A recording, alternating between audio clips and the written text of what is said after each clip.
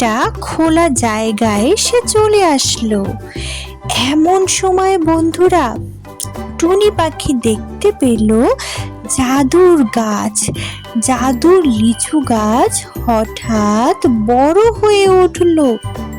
ছোট্ট লিচু গাছ বড় হয়ে হঠাৎ থোকায় থোকায় লাল লিচু দেখতে পেল বন্ধুরা। এই ম্যাজিক গাছের সন্ধানে শাকচুন্নি টুনি পাখিকে দেয় বন্ধুরা। টুনি পাখি এরকম এত লিচু দেখে ভীষণ অবাক হয়ে যায় বন্ধুরা। সে তো চিন্তাও করতে পারেনি হঠাৎ জাদুর গাছে এত এত লিচু ধরবে।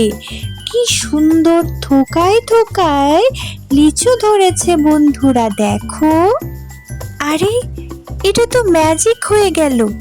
ম্যাজিক হয়ে ছোট্ট লিচু গাছ এরকম বড় হয়ে গেল আর এরকম লিচু ধরলো। এ তো অবাক করা কাণ্ড।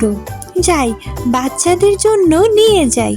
বন্ধুরা, টুনি পাখি তার বাচ্চাদের জন্য লিচু বাসায় নিয়ে গেল। লিচু নিয়ে বাসায় উড়ে গেল। বাচ্চারা, এবার মন দিয়ে লিচু খাও। আমাদের এখন ম্যাজিক লিচু গাছ আছে। মাঠে এক শাকচুন্নি আমাকে ম্যাজিক লিচু গাছের সন্ধান দিয়েছে। এরপর থেকে তোমরা মন ভরে খেতে পারবে, আর কোনো অসুবিধা হবে না বাচ্চারা। টুনি পাখির বাচ্চারা মজা করে লিচু খেতে থাকলো বন্ধুরা। মা, তোমাকে অনেক ধন্যবাদ। তুমি কত কষ্ট করে জঙ্গল থেকে আমাদের জন্য লিচু খুঁজে এনেছো। অনেক ধন্যবাদ। আমি অনেক খুশি হয়েছি মা। হ্যাঁ মা, তোমাকে খুব ধন্যবাদ।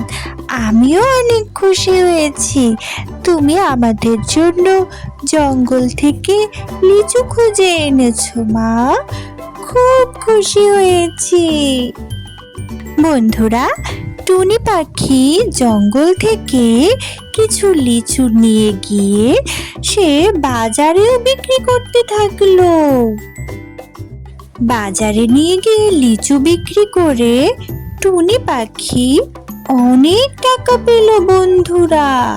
সে প্রচুর লিচু বিক্রি করলো জাদুর লিচু গাছ থেকে। তার সব লিচু বিক্রি হয়ে গেল। সে অনেক টাকা পেল।